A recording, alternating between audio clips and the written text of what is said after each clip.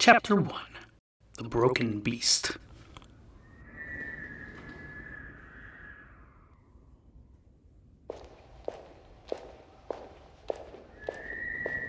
An icy wind blew through the city of Ilmet, chasing a shadow in the night.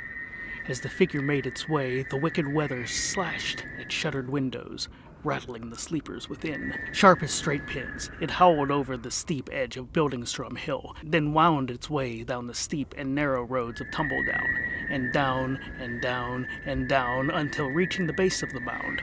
Then wham! The hooded traveler kicked open the door of the Broken Beast Tavern, thin tendrils of sleet swooshing past him. Conversations hushed, and all eyes turned toward the figure in the doorway, impressively posed in the moonlight silhouette. Then fighting furiously against the evil weather so as to shut again the door, the stranger leaned against it as he regained his composure. "Shut the door!" cried a drunkard, well after the fact. From beneath his hood, the stranger's golden eyes flashed anger, and the patrons found immediate fascination in the elsewhere. Those same eyes, shining out through the shadow of his hood, scanned the room, daring another word to be spoken. All within the Broken Beast shuddered, dreading the inevitable reveal. He was short, that's all they knew. Now, it is important to note that these were not people of delicate constitutions. Indeed, the Broken Beast was famous for its infamy, from Thessaly to Gilver, to the blasted lands of the Snorth, and beyond the ice-capped Scar came cutthroats, sellswords, mercenaries, liars, cheats, card shops, secret shoppers, process servers, train spotters, jalopy salesmen, and chiropodists, all to gather and plot within the tavern's walls. In short, the worst of the worst, the baddest of the bones, who came from far and wide to get high and low. For these scurrilous folk of all species, to shiver at the sight of the half-sized stranger was of no small concern, and no intended pun. Whispers spread throughout the tavern like mold across cheese. "Ale!" the stranger demanded, stomping snow from his boots. Prone to argument, something he considered one of his better traits, Joe Termaglio, barman and owner, humanish and possible serial killer, decided against responding altogether, and instead filled a flagon to the brim. He set it gently on the bar, then nudged it forward with his fingertips. With great strides belying his stature, just over 4 feet in boots, the stranger crossed to the bar, seized his mug, then sought an empty table. All eyes followed him, straining against the confines of their sockets, out of curiosity and concern that surely this stranger was the devil himself! It wasn't until he was seated comfortably, ale before him, wall behind, that the stranger lifted the hood from his face. Gasps, both audible and suppressed, succeeded the revelation. The stranger was none other than Rune the Grey, the half-wolf. War hero of the Battle of Blackadder Bay, pirate, janissary, revolutionary, him what was mentioned in the preface. Finally returned home after fleens of campaigning, the mightiest warrior, the hardiest fighter. A single thought spread like a bad cold through the minds of the men at their tables. Maybe now the furry little git will finally mow his lawn. It wasn't that they lacked respect for the warrior.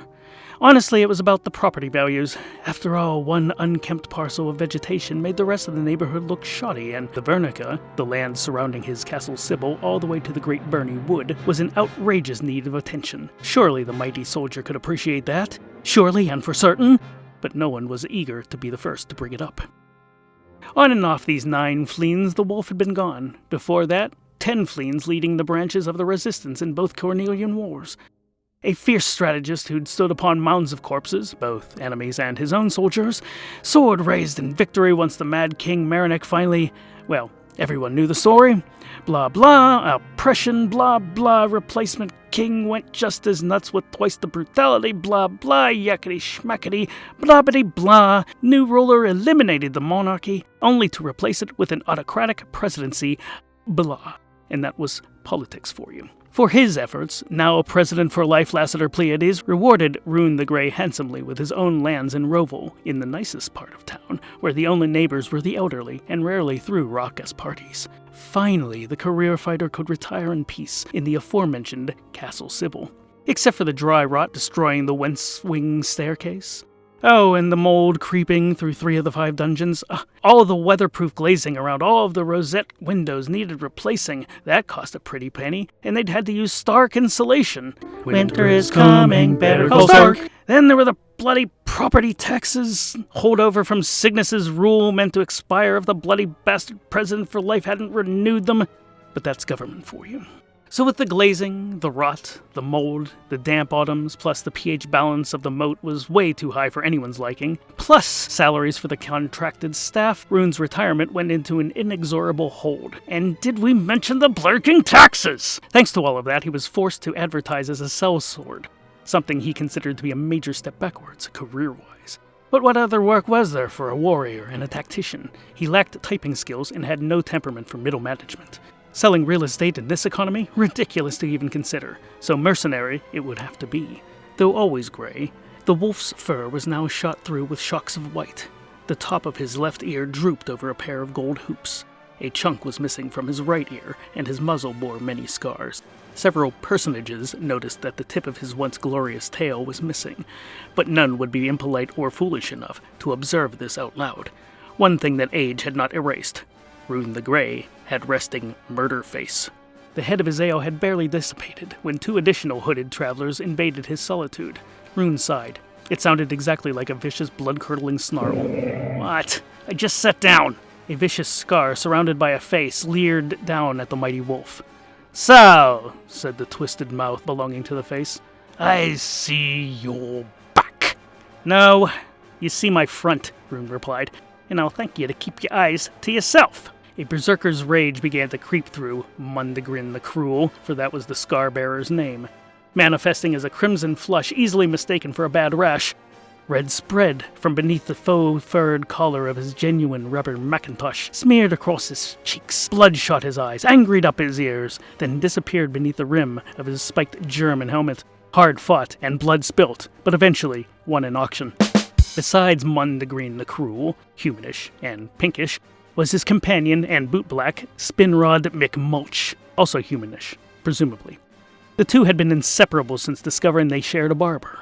The three remaining fingers on Spinrod's left hand stroked the pommel of his sword, trembling in an anticipation of finally using it after fleens of it dangling from his belt. It wasn't that Spinrad lacked the bloodlust of his compatriot, only the reflexes to draw first. Normally, before Spinrod could even react, any who dare besmirch Mundegrin were already lying in small, quivering heaps, diced for their temerity, for that was the might of Mundegrin's temper. What was left of Mundegrin's upper lip curled into a snarl, revealing 9 sharp teeth spaced at varying intervals. "Do you know me not, Rune the Grey?" Another heavy sigh escaped the wolf.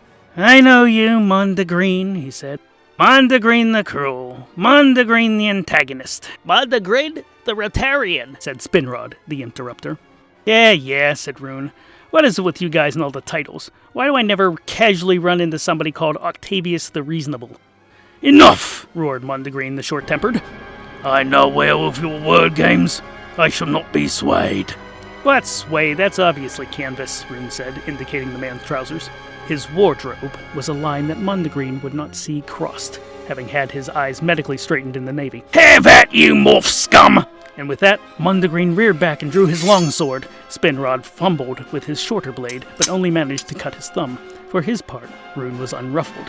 As Mundegrin leaned forward to compensate for the weight of his mighty steel, Rune's right paw shot forward and 2 fingers went into Mundegrin's nostrils, and he hurled the man overhand across the room.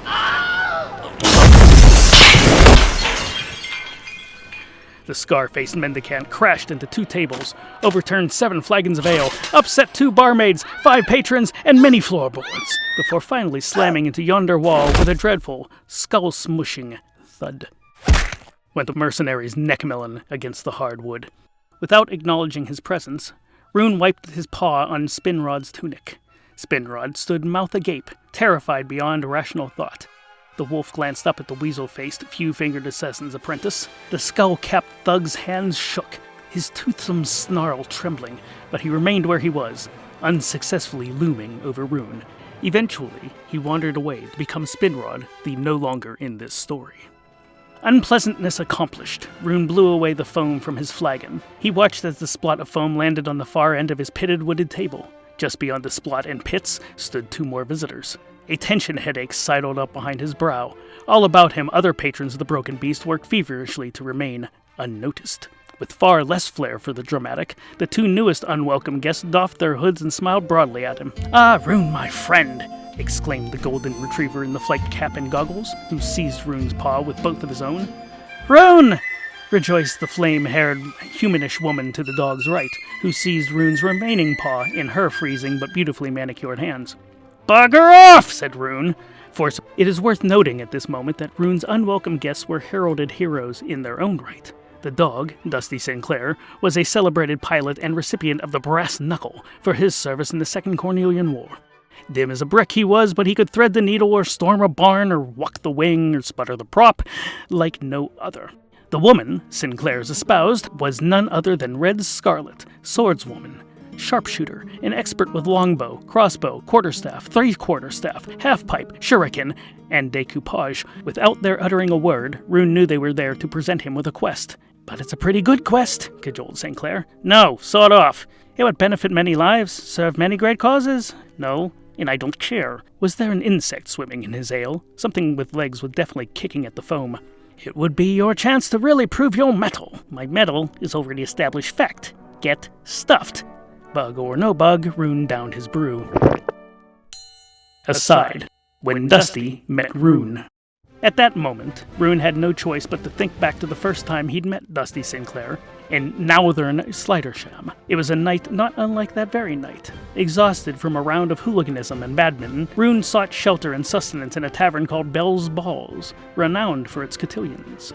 Returning with his ale, turkey leg, and cob salad, the wolf was only slightly startled to find that his chair was occupied by a golden Labrador in a flight helmet, goggles, and admittedly spiffy bomber jacket, the emblem of the 42nd Flying Mudfish Squadron emblazoned upon its back. Beneath his jacket were the finely honed muscles of a Charles Atlas graduate. Sheltered by khaki jodhpurs were legs that had seen plenty of danger and possessed the strength to outrun it. The throat guarded by the silk scarf, specially made to flap proudly in the faintest of breezes, was accustomed to delivering valiant battle cries and vaguely dirty yodels. The skull encased in the leather aviator's cap with matching goggles housed, well, very little, as Rune later found out.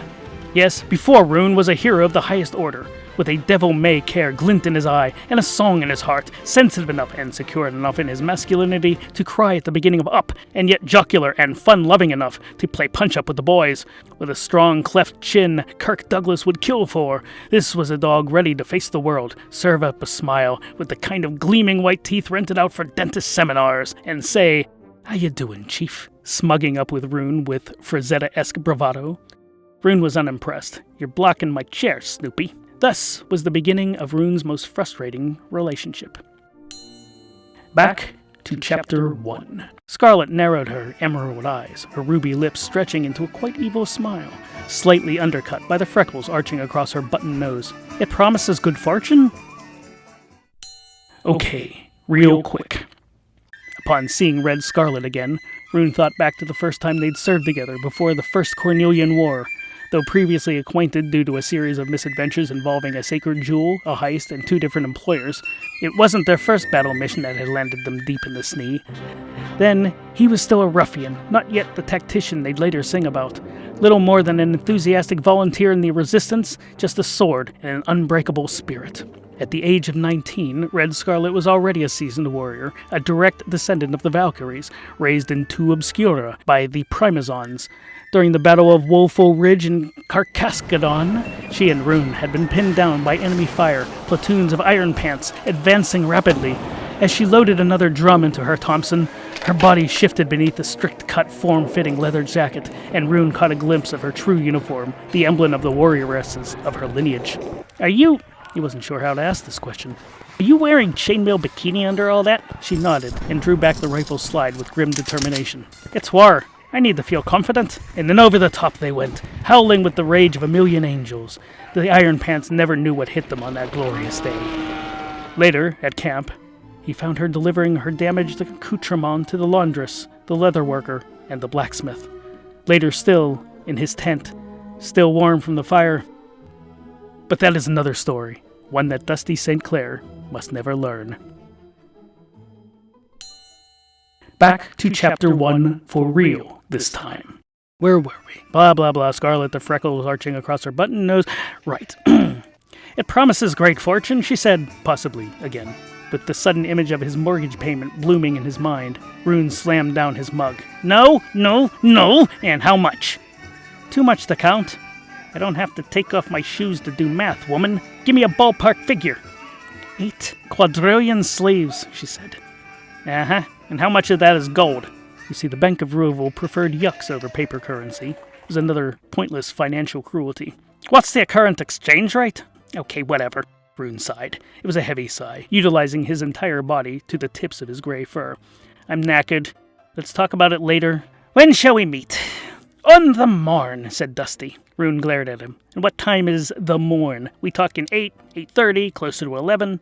Sunrise. Sod that. 10? Offered Red. And actually, we don't have to leave until Friday, so plenty of time to get your beloved affairs in order. Blur, damn it. 10. And not a moment before. So it's decided, exclaimed Dusty. Obviously, Sneebrain. Rune pushed away from the table and stood. He glared at Scarlet. Why did you marry him again? He has many great qualities. Name one. I like his hat. Fair enough. With a great yawn and a full stretch, Rune cracked his neck, knuckles, sternum, Oxford comma, and tail. Okay, we'll meet tomorrow, 10-ish, and discuss strategy. You can fill me in on all the details. We'll start with the fortune and work backwards. Marvelous. And where shall we meet? The same old place. Ah, said Dusty, voice wistful with memory. You must mean the old same place.